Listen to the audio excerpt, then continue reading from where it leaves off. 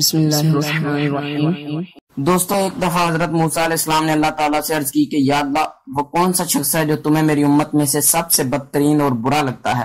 میں اس کو دیکھنا چاہتا ہوں۔ تو اللہ تعالیٰ نے ارشاد فرمایا کہ اے موسیٰ، جاؤ اور فلاں پہاڑ پر جا کر بیٹھ جاؤ، اور سب سے پہلے جو بوڑھا گزرے گا نا، وہ تیری امت کا سب سے بدکار اور برا شخص ہوگا۔ تو حضرت موسیٰ علیہ السلام اس پہاڑ پر جا کر بیٹھ گئے۔ ساری رات گزر گئی۔ جب صبح ہوئی تو کیا دیکھتے ہیں کہ ایک بوڑھا شخص گزر رہا ہے اور اس کے ساتھ ایک چھوٹا بچہ بھی ہے۔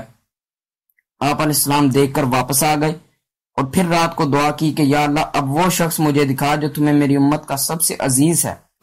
تو اللہ تعالیٰ نے ارشاد فرمایا کہ اے کلیم، اسی جگہ پر جا کر بیٹھ جا، اور جو آج بوڑھا گزرے گا نا، وہ تیری امت کا سب سے نیکوکار اور مجھے عزیز ہے۔ آپ پھر وہاں جا کر بیٹھ گئے۔ ساری رات گزر گئی۔ جب صبح ہوئی تو وہی کل والا بوڑھا شخص گزر رہا تھا اور وہی بچہ اس کے ساتھ تھا۔ عرض کی کہ یا اللہ، میں نے تو نیک شخص دیکھنے کا کہا تھا، یہ تو سب سے بدکار ہے، سیاکار ہے، یہ تو وہی گنہگار ہے جس کے بارے میں کل کہا تھا۔ تو اللہ تعالیٰ نے ارشاد فرمایا کہ اے کلیم، جب کل پوچھا تھا تو یہی مجھے سب سے برا لگتا تھا اور میرا دشمن تھا، مگر جب آج پوچھا ہے تو ہماری دوستی ہو گئی ہے۔ تو حضرت موسیٰ علیہ السلام عرض کرتے ہیں یا اللہ، دوستی کیسے ہو گئی؟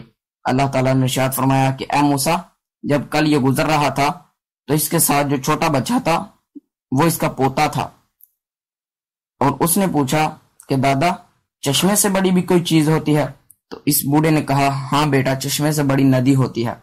پھر اس بچے نے کہا کہ اے دادا، ندی سے بڑی بھی کوئی چیز ہوتی ہے؟ تو اس بوڑھے نے کہا کہ ہاں بیٹا، ندی سے بڑا دریا ہوتا ہے۔ پھر بچے نے سوال کیا کہ کوئی چیز دریا سے بھی بڑی ہوتی ہے؟ تو اس نے کہا کہ ہاں، دریا سے بڑا سمندر ہوتا ہے۔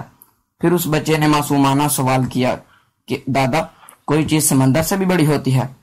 یہ سوال سن کر اس بوڑھے کی چیخیں نکل گئیں اور روتا روتا نیچے زمین پر بیٹھ گیا اور کہتا ہے کہ اے بچے، اگر تو سمندر سے بھی بڑی کوئی چیز دیکھنا چاہتا ہے تو مجھے تو میرے گناہوں سے بڑی کوئی چیز نہیں لگتی۔